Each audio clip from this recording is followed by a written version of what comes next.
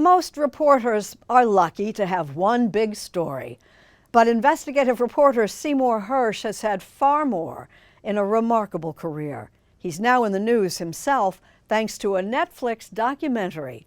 Our 60 Minutes colleague Lesley Stahl has the scoop. You've been a reporter all your life, right? Is there anything about reporting you think you don't know? You were an aggressive reporter. I think everybody's attraction to it has to be different. And what do you love about it?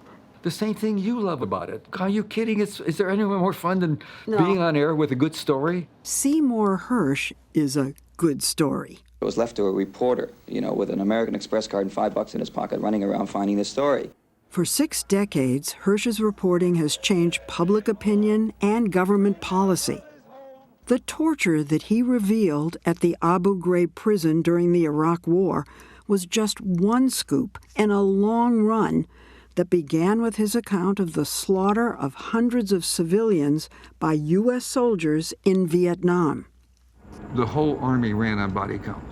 You measure success by how many kills you have.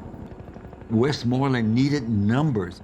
The backstory of this towering, sometimes controversial investigative journalist is the subject of cover-up. I couldn't believe the guts he had. He was accusing higher-ranking generals of gross misconduct. A documentary by Mark Obenhaus and Laura Poitras. I said, I'm here to see Paul. I said, I'm a journalist, and I wanted to talk about what happened in the Army. And then she said this line that will stay in my head the rest of my life. She said, I gave them, in a bitter voice, I gave them a good boy, and they sent me back a murderer. He loves people, even though he can be a little cranky. A little cranky? A little cranky. Laura Poitras won an Oscar in 2015 for her film about NSA whistleblower Edward Snowden. Her description of the sometimes volatile Hersh could read like the job requirements for an ideal investigative reporter. Consistently adversarial to power, never seduced into the club, right? Consistently going after the highest powers, the president, for instance, over and over. Curious, obviously, about human beings, how Yes. they tick. Would you call him courageous? Yeah, absolutely. He's somebody who's really driven by his pursuit of the truth, no matter where it leads him and who it might anger. And anger he did, not only the subjects of his stories, but sometimes his bosses. It took Poitras 20 years of schmoozing to bag her subject until Hersh, now 88, had enough reasons to say yes. Older, time to quit, time to back off. You thought you might quit, but you can't give it up. It's a drug. You're addicted. Can you give up what's going on now? Can you really walk away from being a reporter now, what's going on? I mean, no. Look where we are. We're in some place we haven't been. Where are we? Chaos.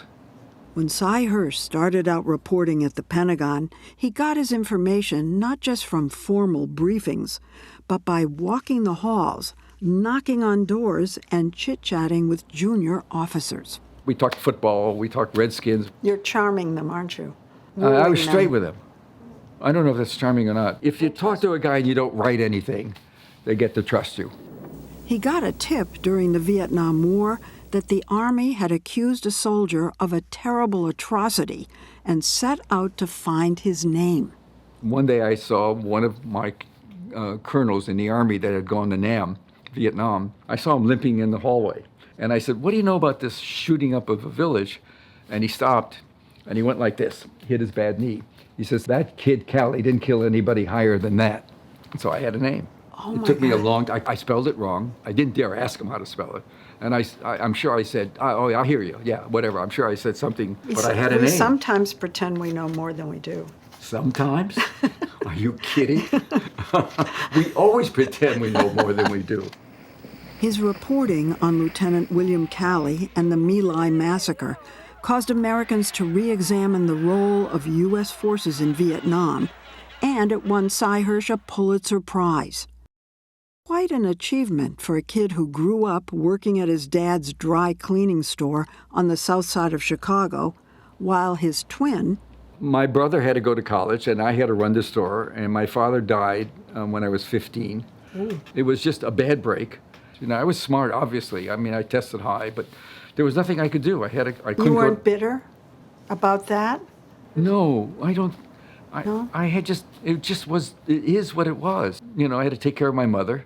Still, Hersh managed to earn a college degree and found employment reporting. And I got to see Chicago from a different point of view as a police reporter. Chicago was tough. The mob, I couldn't write about police corruption, and I couldn't touch the mob. I loved it, and I also understood the limits of it. So it was a different world. But it was a world where you had to develop sources. It was a world where you had to be first on a scene. He got a job at the New York Times, a newspaper that was not first on the scene for one of the nation's biggest political scandals. Talk about Watergate and the competition with Woodward and Bernstein. Did I not want to do that story? Until Sy got into it, Woodward and Bernstein had the story mostly to themselves. And I got something. I got something great. I first learned from news reports. What he got was that the Watergate burglars were being paid hush money by intermediaries linked to the Nixon re-election campaign. The New York Times was in the game, and President Nixon knew it. God damn it, this story in the Times and the one by Hersh, he doesn't usually go with stuff that's wrong. I mean, the son of a bitch is a son of a bitch, but he's usually right, isn't he? His next big scoops were about the CIA's role in illegal domestic spying and foreign assassination plots. In case anybody cares, this is less and less fun.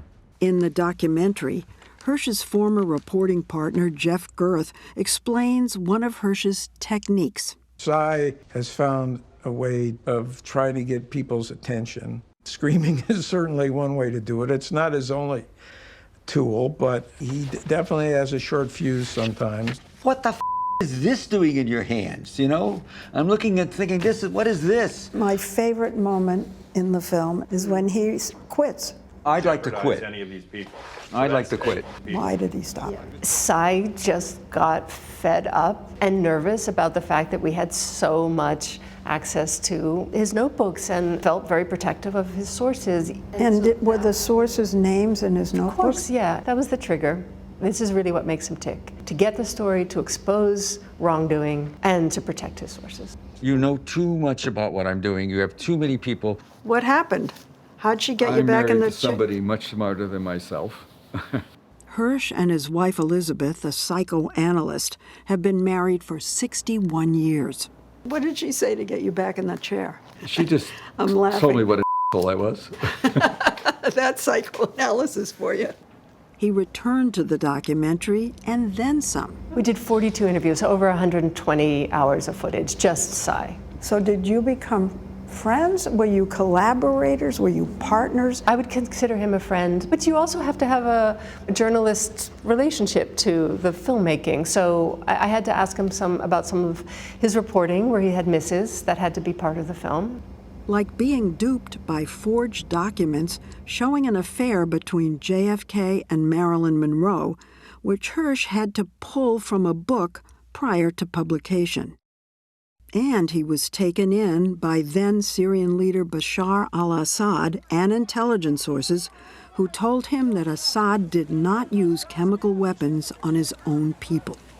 You take your licks. I didn't disappear. I kept on doing what I did. Here's one thing I'm surprised about in our conversation. You haven't mellowed at all. There's so many good stories now. This that guy. make you angry.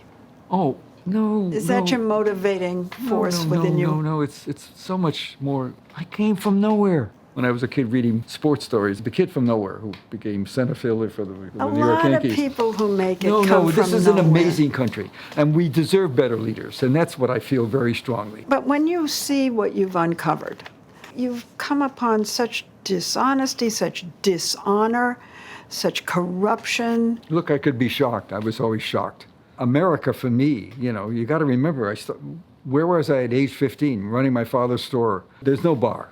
It's a great country. And I think this president is dishonoring it, but that's okay because we will survive him. But I mean, how can you not be enamored by where we live and our time? It's just an amazing country.